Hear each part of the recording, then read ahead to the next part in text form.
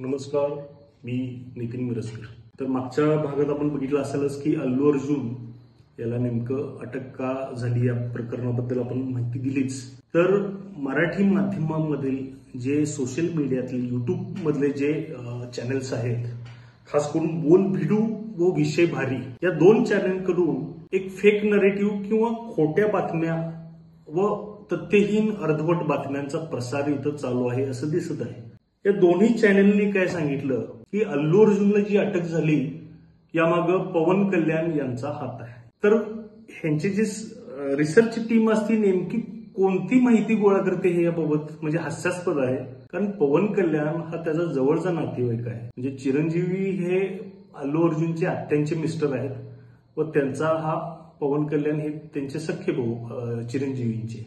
त्यामुळे तो एकदम जवळचाच व्यक्ती, घरचा व्यक्ती. तर या विषय भारी बोल भिडू या दोन चॅनलकडून असं नरेटिव्ह सेट केलं, अशी बातमी प्रसारित केली की पवन कल्याण व अल्लू अर्जुन यांच्यातला जो वाद आहे त्या वादावरती कुठंतरी बदला घेण्यासाठी हे पवन कल्याणने कारस्थान रचलंय. तसंच अल्लू अर्जुनने जे डीजे पिक्चर त्याचा आलता दुवाडा जगन्नाथम, त्यात एक ब्राह्मण पंडिताची भूमिका त्यानं साकारली होती. त्यामध्ये हिंदू व ब्राह्मण समाजाचा अपमान केला होता. त्याच प्रकारे 2024च्या आत्ताच्या विधानसभा इलेक्शनमध्ये नंद्याळ या विधानसभा मतदारसंघामध्ये पवन कल्याण जिथं उभा राहिला होता तिथं YSRCP जे जगनमोहन रेड्डी यांचा पक्ष आहे त्यांच्या पक्षाच्या जो उमेदवार होता कॅन्डिडेट त्याचा प्रचार अल्लू अर्जुनने केला. त्यामुळं त्याचं कुठंतरी म्हणजे वैमनस्य झालं होतं. त्याचा बदला घेण्यासाठी पवन कल्याणने असं काहीतरी केलं. ह्या कुठल्या खोट्या बातम्या असं पसरवतात मला म्हणजे खरंच हास्यास्पद वाटतं. व विशेष म्हणजे 9 लाख ते 15 लाख इतके सबस्क्रायबर्स या दोन्ही चॅनलचे आहेत. म्हणजे एवढी विश्वासार्हता तुमची असताना, इतके लोक तुम्हाला फॉलो करत असताना तुम्ही अशा फेक बातम्या देताच कशा?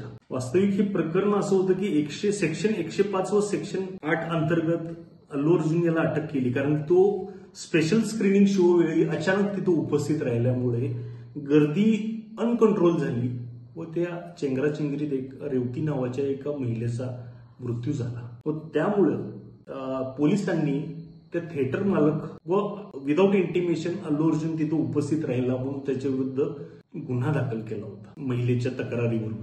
म्हणजे महिलेच्या जो निधन झालेली महिला होती रेवती, त्यांची पती भास्कर यांनी तक्रार दाखल केल्यावरून ती कारवाई झाली होती. व यांनी या बोल भिडू विषय भारी या चॅनलवाल्यांनी फेक नरेटिव्ह करून आपल्याला आपली दिशाभूल करण्याचा प्रयत्न केला.